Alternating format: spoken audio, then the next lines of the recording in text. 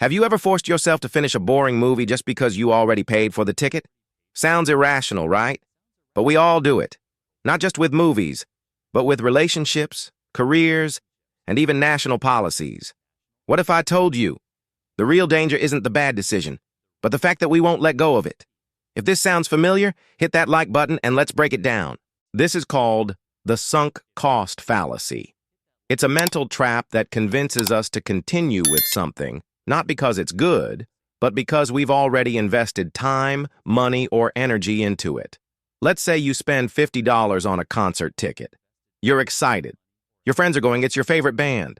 But when the day comes, you're sick. It's raining. Traffic's a nightmare. Deep down, you know staying home is the smarter move. But your brain whispers, you already paid for it. You have to go.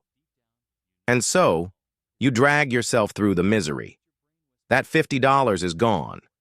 Whether you go or not doesn't change that. But instead of cutting losses, we double down.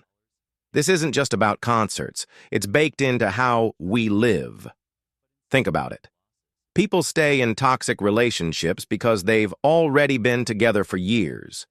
Investors keep throwing money at failing stocks, hoping things will magically turn around. Employees stay in dead-end jobs just because they already spent years getting that degree.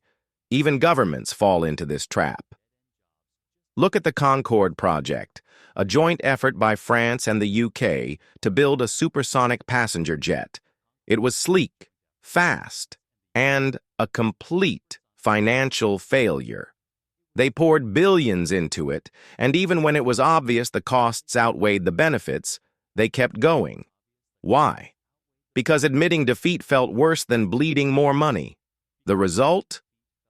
The project collapsed in less than 30 years. So why do we act this way?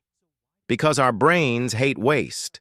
It's called loss aversion, the idea that losing something we've already put in feels more painful than the risk of wasting even more. To protect our ego, we tell ourselves, I've come this far. I can't quit now, even if quitting is exactly what we should do. And here's the kicker. Marketers know this. Ever wonder why you're offered a free trial that turns into a monthly subscription? They're banking on the fact that once you've invested time or effort, even just signing up, you'll be more likely to stay. Streaming services, fitness apps, mobile games, they all use this.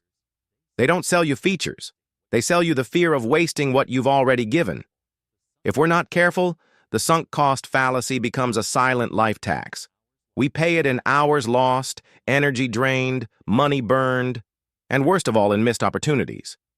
Think about how many dreams were shelved because someone was too invested in a path they no longer believed in, or how many businesses crashed because the owners refused to walk away at the right time. This isn't just theory. It's your everyday life. You bought a course but hate it. Do you finish it anyway just because you paid? You've dated someone for 5 years, but you're miserable. Do you stay just because you put in the time? You invested in crypto during the hype.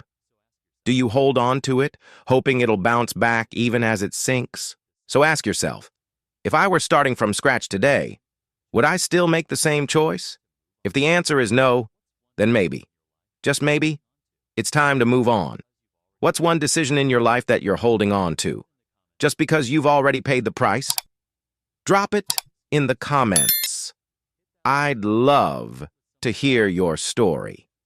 And if this gave you something to think about, hit that like button and share it with someone who needs a mindset shift. Because sometimes the smartest move isn't to keep going. It's to know when to stop. Remember, letting go isn't failure. It's wisdom in motion.